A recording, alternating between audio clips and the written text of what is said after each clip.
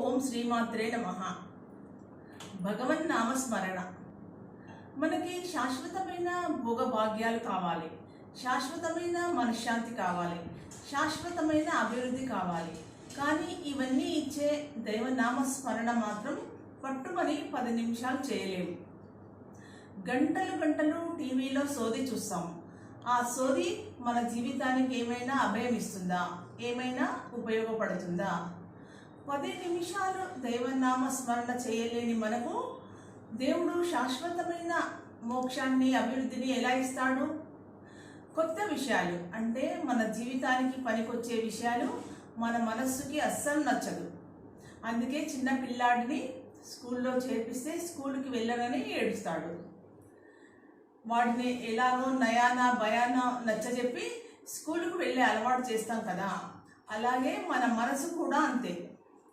10 నిమిషాలు దేవనామ స్మరణ చేసి ఇక చాలు అని పక్కకు జరుగుతుంటే నచ్చజెప్పి కూర్చోబెట్టాలి కదా.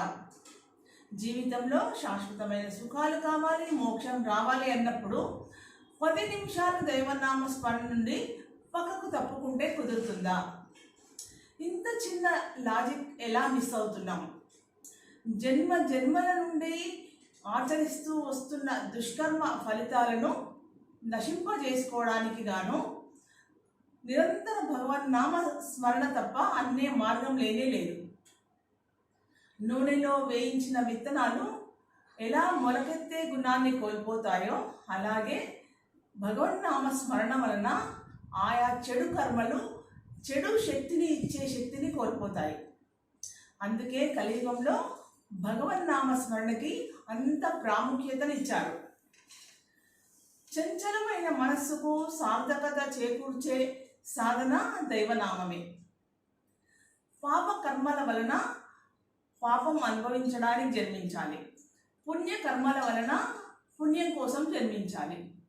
నిరంతరం భగవన్నామ స్మరణ చేయడం వలన ఈ రెండూ పోయి శాశ్వతమైన మోక్షం లభిస్తుంది. ఉదయం నిద్రలేస్తూనే దైవనామ స్మరణతో నిద్రలేసి రాత్రి నిద్రించే ముందు దైవనామ స్మరణతో నిద్రిస్తే శుభం కలుగుతుంది. మన హృదయం స్పందించడం దైవానుగ్రహం అయితే ఆ కృతజ్ఞతతో మన ప్రతిస్పందన ఏం కావాలి అంటే దైవనామ స్మరణే కావాలి.